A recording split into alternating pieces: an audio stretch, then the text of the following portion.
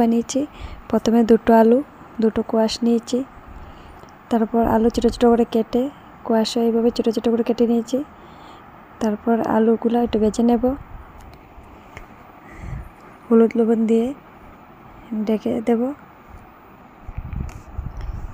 কিছুক্ষণ পর ঢাকনা সরিয়ে দেখব ভাজা হয়ে গেছে, সিদ্ধ হয়ে গেছে। এবার আলুগুলো নামিয়ে নেব, কোয়াশও এইভাবে ভেজে নেব।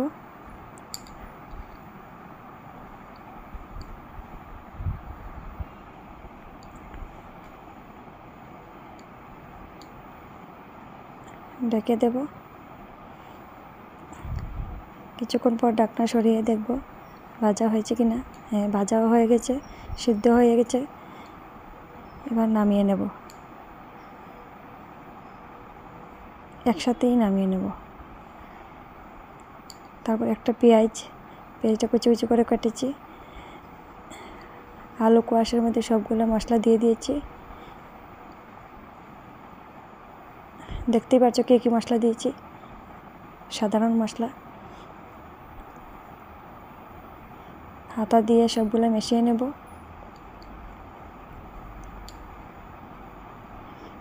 মিশিয়ে নিয়েছি।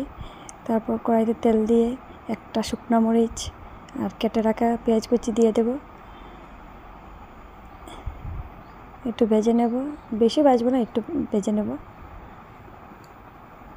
দেখতেই পাচ্ছ কীভাবে ভেজেছি।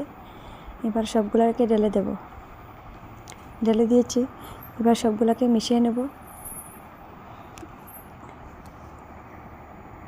কেটে রাখা কাঁচামরিচ দিয়ে দেব।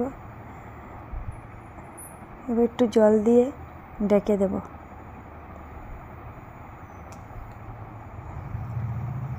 ঢাকনা সরিয়ে দেখব ভাজা হয়েছে কি না। ভাজা হয়ে গেছে।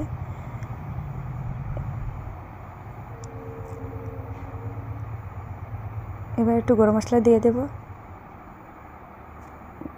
ভালো করে মিশিয়ে নেব গরম মশলাটাকে।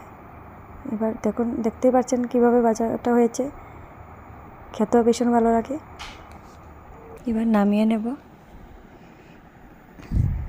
ভিডিওটি যদি তোমাদের ভালো লাগে তো একটা লাইক করো। আমার তো খুব ভালো লাগে খেতে এইভাবে।